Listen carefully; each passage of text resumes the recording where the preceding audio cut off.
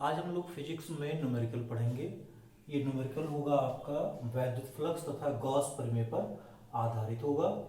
हम लोग वैद्युत फ्लक्स, गॉस प्रमेय के अनुप्रयोग ये पढ़ चुके हैं, तो इस पर बेस्ड आज हम लोग आम के प्रश्न पढ़ेंगे। ये हमारा पहला सवाल है, यदि एक कूलाम का स्थिर वैद्युत आवेश 8 सेंटीमीटर भुजा वाले घन के केंद्र पर स्थित है, तो घन के किसी एक फलक से बाहर आने वाले वैद्युत फ्लक्स की गणना कीजिए। देखिए हमें क्या दिया गया है, एक कूलाम स्थिर आवेश है। Q का मान कितना हो गया, एक कूलाम। 8 सेंटीमीटर भुजा वाला एक घन है, तो आप जानते हैं ये घन का आकार इस तरह से होता है, जिसकी लंबाई, चौड़ाई और ऊंचाई ये तीनों बराबर होता है। ये आपका घन होता है। घन में फलकों की संख्या कितनी होगी, 6 होती है। फलक की संख्या 6 होती है और इसके कहीं बीच में ये एक कूलाम आवेश ये रखा गया है। तो आप कह सकते हैं गॉस प्रमेय से कि इस पूरे फलक से जो परिबद्ध आवेश है वो कितना है, एक कूलाम, और फलक की संख्या 6 है। तो अगर ये आवेश धनात्मक होता तो बाहर की तरफ वैद्युत फ्लक्स निकलते, आपके 6 फलक से समान समान रूप से निकलते 6 फलकों से। तो 6 फलकों से निकलने वाला जो वैद्युत फ्लक्स होगा उस पर गॉस का प्रमेय आपका लागू होगा। तो आप लिख सकते हैं गॉस प्रमेय से घन के 6 फलकों से निकलने वाला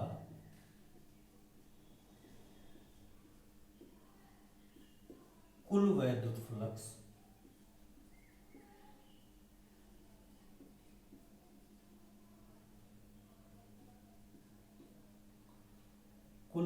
फ्लक्स मान लेते हैं कि 6πe है। 6 फलक से निकल रहा है तो 6πe ले लिया हमने। ये क्या होगा, कुल जो आवेश है इसका 1/ε0 गुना होगा। Q का मान आपका 1 कूलाम है तो 1/ε0 गुना होगा। इस तरह से एक फलक से निकलने वाला वैद्युत फ्लक्स φe कितना हो जाएगा, 1/6ε0 न्यूटन मीटर स्क्वायर पर कूलम। एक फलक से निकलने वाला हो गया आपका 1/6ε0। दूसरा सवाल देखते हैं, वैद्युत स्थैतिक क्षेत्र vector E equals to be 2i cap plus 4j cap plus k 7k cap में रखने पर पृष्ठ वेक्टर A 10j कैप से होकर कितना वैद्युत फ्लक्स बाहर आएगा। यहां आपको क्या क्या दिया गया है, E कैप दिया गया है। Vector E cap 2i cap plus 4j cap plus 7k cap, और वेक्टर A आपको कितना दिया गया है, आपका है ये 10j कैप। क्या ज्ञात करना है, वैद्युत फ्लक्स φe ज्ञात करना है। सूत्र क्या होता है, सूत्र लगा दीजिए, φe equals to be E dot A। E और A का हमें मान दिया गया है। E का मान है 2i cap plus 4j cap plus 7k cap dot यह 10j कैप, A का मान है हमारा 10j कैप, मल्टीप्लाई कर दिया जाए। I डॉट j 0 होगा, j डॉट j 1 होगा, तो 4 और 10 का मल्टीप्लाई हो गया 40, फिर k डॉट j ये भी 0 होगा, तो हमारा 40 क्या हो गया, मात्रक, 40 मात्रक। आप देखिए ना तो E का मात्रक लिखा हुआ है ना तो A का मात्रक लिखा हुआ है, तो यहाँ हम लोग लिख देंगे 40 मात्रक। वैद्युत फ्लक्स फाई का मान 40 मात्रक। फ्लक्स रेखाएं किसी निश्चित आयतन के क्षेत्र के भीतर जा रही हैं तथा 2500 फ्लक्स रेखाएं उस क्षेत्र से बाहर निकल रही हैं। उस क्षेत्र के भीतर कितना आवेश है? तो ये देखते हैं, फ्लक्स के भीतर जो रेखाएं प्रवेश करती हैं, भीतर जा रही हैं, वो ऋणात्मक होती हैं और जो बाहर निकलती हैं वो धनात्मक होती हैं। तो कुल वैद्युत फ्लक्स सबसे पहले निकाल लेते हैं। कुल वैद्युत फ्लक्स,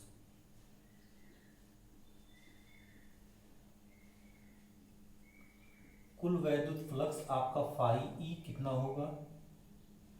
देखिए, जो फ्लक्स रेखाएं प्रवेश कर रही हैं वो ऋणात्मक होंगी, तो 4500 फ्लक्स रेखाएं ये प्रवेश कर रही हैं और 2500 ये फ्लक्स रेखाएं उस क्षेत्र से बाहर निकल रही हैं, तो ये धनात्मक होंगी। 2500 ये धनात्मक होंगी। तो आपका फाई ई ये माइनस में आ गया। कितना हो गया? 2000 ये फ्लक्स रेखाएं ये परिणामतः प्रवेश कर रही हैं। अब आपको ज्ञात क्या करना है? किसी निश्चित आयतन के भीतर जा रही हैं। अच्छा, अब उस क्षेत्र से बाहर, उस क्षेत्र से भीतर, उस क्षेत्र के भीतर कितना आवेश है, आवेश का मान हमें ज्ञात करना है। तो कूलाम का नियम लगा देते हैं। कूलाम के नियम, गॉस का प्रमेय लगा देते हैं। गॉस के प्रमेय से हम क्या लिखेंगे? फाई ई, फाई ई बराबर होगा आपका Q बाई एप्साइलन 0। हमें ज्ञात क्या करना है? हमें Q का मान ज्ञात करना है। वैद्युत फ्लक्स का ये परिणामतः मान दिया है और हमें Q का मान ज्ञात करना है। तो यहां से Q बराबर हमारा क्या हो गया? Phi E into epsilon 0। Phi E का मान कितना हो गया? फाई ई हमारा ये दिया गया है -2000 और इंटू एप्साइलन 0 का मान, एप्साइलन 0 का मान आपको दिया जाएगा, या आप याद रखिए 8.85 इंटू 10⁻⁻12। इसको हम लोग सरल कर लें, कितना हो गया?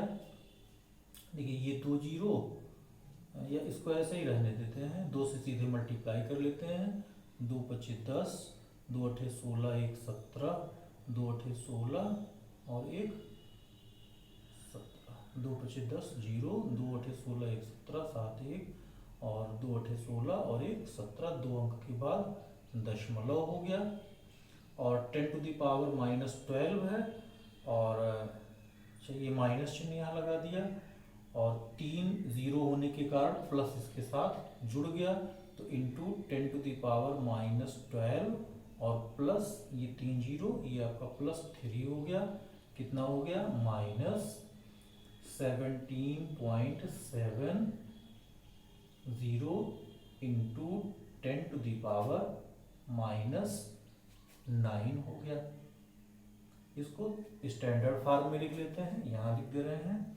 आपका हो गया Q का मान -1.77 है, तो 1.77 लिख दिया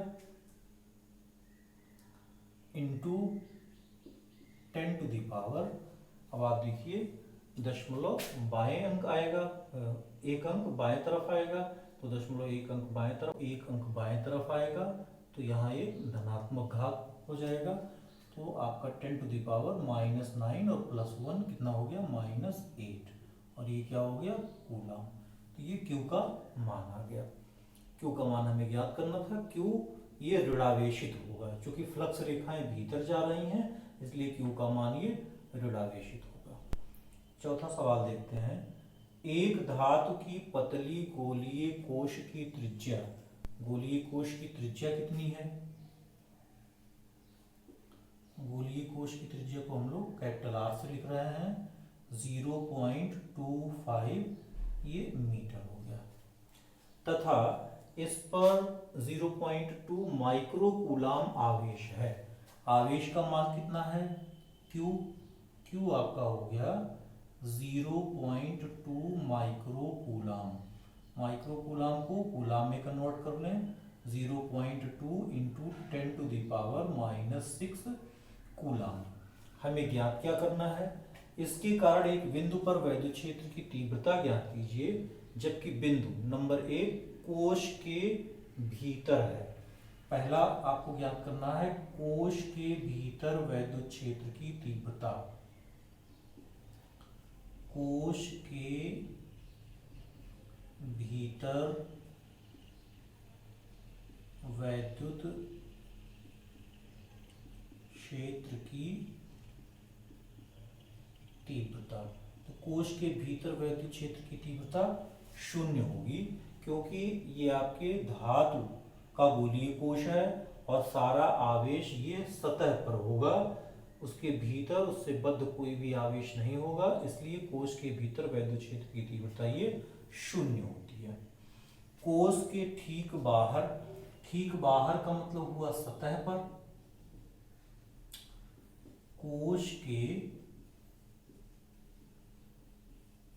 ठीक बाहर का मतलब सतह पर हुआ, एक बिंदु आवेश की तरह सतह की दूरी मतलब त्रिज्या के बराबर दूरी पर वैद्युत क्षेत्र की तीव्रता। तो E बराबर होता है 1/4πε0 और Q/r², ये होगा आपका मान। तो E बराबर हो गया, यहाँ लिख दे रहे हैं, E हो गया 1/4πε0 9 इंटू 10⁻9 इंटू Q का मान आपको ये दिया गया है 0.2 इंटू 10⁻⁻6 बाई r², r का मान ये दिया गया है 0.25 और फिर आपका हो गया 0.25 वर्ग है, स्क्वायर कर देते हैं, 2 बार लिख देते हैं गुणा करके। देखिए ये हटा देते हैं, ये आपका 100 हो गया, 25 चौका 100 हो गया। ऐसे ही यहाँ एक 0 बढ़ा करके इसको हटा दिया, 5 × 25 और 5 चौक 20 और 5 से और कैंसिल कर दें तो 5 × 8 = 40.8 हो गया। इसका गुणा कर लेते हैं, आपका हो गया 8 चौक 32, ये हो गया 3.2 और इसमें गुणा कर लेते हैं 9 से, 9 दूना 18 और 9 तियां 27 और 1 28, 28.8 हो गया ये हमारा 28.8 और इंटू 10⁻, ये 9 है और 10⁻⁻6 है, 6 इसमें घट गया तो 10⁻, ये हो गया 3 और दशमलव का एक अंक बाएं तरफ ले आते हैं, 2.88 इंटू 10⁻, कितना हो गया 4 न्यूटन पर कूलम, ये इसका मात्रक हो गया। तो सतह पर वैद्युत क्षेत्र की तीव्रता कितनी हो गई 2.88 इंटू 10⁻4 न्यूटन पर कूलम। ऐसे ही तीसरा हमको बिंदु ज्ञात करना है, ये तीसरा है कोश के केंद्र से 3 मीटर दूरी पर। तो ठीक यही सूत्र लगना है, कोश के बाहर आपके 3 मीटर दूरी पर, तो E का मान यही होगा आपका 1/4πε0 Q/r²। अब दूरी त्रिज्या के बराबर ना लेकर के बिंदु आवेश की तरह ये r दूरी पर लेते हैं, ये मान हो गया आपका 9 इंटू 10⁻9 हो गया, इंटू Q का मान आपको दिया गया है 0.2 इंटू 10⁻⁻6 बाई r²। r का मान आपको यहाँ दिया गया है 3 मीटर की दूरी पर, तो आपका 3 × 3 हो गया, ये आपका 9, इस 9 से कैंसिल हो गया और कितना हो गया 0.2 इंटू 10⁻, 9 में से 6 निकल गया आपका 3 हो गया और इसे हम लिख सकते हैं 2 इंटू 10⁻, ये हटेगा तो ये ऋण घात कम हो जाएगा, ऋण घात मतलब जुड़ जाएगा, ये घात कम हो जाएगा, तो ये हो गया 2 इंटू 10⁻2 न्यूटन न्यूटन पर कूलम।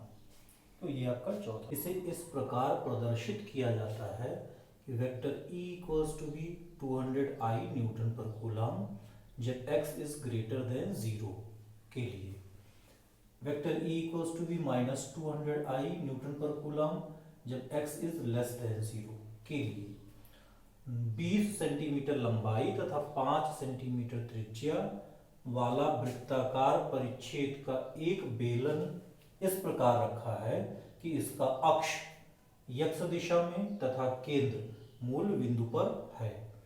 इसका एक सिरा x बराबर 10 सेंटीमीटर प्लस में व दूसरा x बराबर -10 सेंटीमीटर पर है। पहला, प्रत्येक सपाट पृष्ठ से गुजरने वाला नेट वैद्युत फ्लक्स कितना है। दूसरा, वक्रीय पृष्ठ से गुजरने वाला नेट फ्लक्स कितना है। तीसरा, बेलन के बाहर निकलने वाला कुल वैद्युत फ्लक्स कितना है।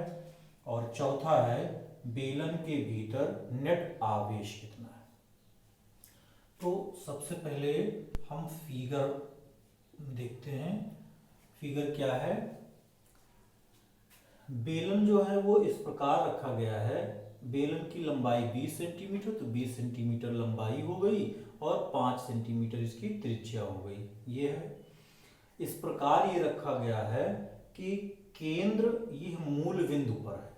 तो मतलब केंद्र को मिलाने वाली रेखा ये अक्ष हो गया और ये मूल बिंदु पर इस प्रकार है कि एक सिरा धनात्मक 10 सेंटीमीटर और एक तरफ ऋणात्मक 10 सेंटीमीटर ये है। इसका मतलब ये बेलन के अक्ष को मिलाने वाली रेखा का मध्य बिंदु होगा। 10 सेंटीमीटर आपका इधर और 10 सेंटीमीटर ये होगा। अब आपको ज्ञात करना है, ये 4 पॉइंट ज्ञात करना है, जिसमें ये दिया गया है आपको वेक्टर E ये 200 I कब, जब x का मान धनात्मक है। तो इधर x का मान धनात्मक होगा, इसके लिए जो वेक्टर E का मान हम लिखेंगे ये 200 I न्यूटन पर कूलम लिखेंगे। और इधर x का मान यहाँ से यही मूल बिंदु आपका हो गया, समझ लीजिए ये आपका मूल बिंदु हो गया। और इधर आपका ऋणात्मक होगा, ये आपका धन x अक्ष, ये आपका धन y अक्ष, ये x का ऋणात्मक मान। तो x के -10 सेंटीमीटर के लिए जो E का मान होगा वो कितना होगा, -200 I न्यूटन पर coulomb. x is less than 0, तो लेस देन 0 का मतलब ऋणात्मक मान के लिए, इसके लिए ऋणात्मक E का मान ये होगा। और हमें ज्ञात करना है, सबसे पहले हम पहला देखते हैं, प्रत्येक सपाट पृष्ठ से गुजरने वाला नेट वैद्युत फ्लक्स। पहला देखते हैं सपाट पृष्ठ। तो ये जो दोनों पृष्ठ हुए दाहिने तरफ का और बाएं तरफ का, ये जो पृष्ठ हुआ ये आपका सपाट पृष्ठ हुआ परिच्छेद क्षेत्रफल वाला। तो दाहिने तरफ से गुजरने वाले, दाहिने पृष्ठ से गुजरने वाला नेट वैद्युत फ्लक्स, दाएं सपाट पृष्ठ लिख देते हैं, सपाट पृष्ठ से गुजरने वाला वैद्युत फ्लक्स। ये दाएं है इसलिए हम इसको फाई आर लिख देते हैं दाएं तरफ के लिए। ये होता है हमारा सूत्र vector E dot A. E चूंकि दाहिने तरफ है, x इज ग्रेटर देन 0 है, इसलिए हम ये वैल्यू लेंगे 200 I। तो E का मान हो गया 200 I डॉट E का मान हमारा क्या, A का मान हमारा क्या होगा। A हम देखते हैं, A आपका ये परिच्छेद क्षेत्रफल होगा, इसकी दिशा इसके लंबवत, इस पे पृष्ठ के लंबवत x अक्ष दिशा में होगा, मतलब I ही दिशा में होगा। तो हम लिख सकते हैं AI कैप। हमारा A का मान कितना हो गया, ये I डॉट I 1 हो गया, 200 हो गया, और A का मान हो गया पाई आर स्क्वायर। तो ये मान कितना हो गया, 200 गुणे पाई का मान 3.14 और गुणे त्रिज्या हमारा 5 सेंटीमीटर दिया गया है। तो 5 × 10⁻⁻², ये हो गया मीटर और इसका वर्ग हो गया r²। ये हो गया हमारा 200 से इसमें गुणा कर देते हैं तो 600, ये 28 हो गया, इंटू 5 का वर्ग हो गया 25, इंटू 10⁻⁻4 गुणा कर देते हैं 25 8 200 के 0 हो गया, और 25 दूना 50, 50 20 हो गया 70, यहाँ फिर 0 हो गया, और 25 छक्का 150, 150 ये हो गया, तो 157 हो गया, और इंटू 10⁻⁻4, तो 4 अंक दशमलव बाएं तरफ चला गया। ये आपका कितना हो गया 1 2 3 4 1.57 क्या हो गया न्यूटन मीटर स्क्वायर पर कूलम। ये आपका हो गया जब दाएं सपाट पृष्ठ से गुजरने वाला वैद्युत फ्लक्स, और इसी में हमको बाएं भी निकालना है, दोनों पृष्ठ का निकालना था, तो बाएं सपाट पृष्ठ से गुजरने वाला वैद्युत फ्लक्स,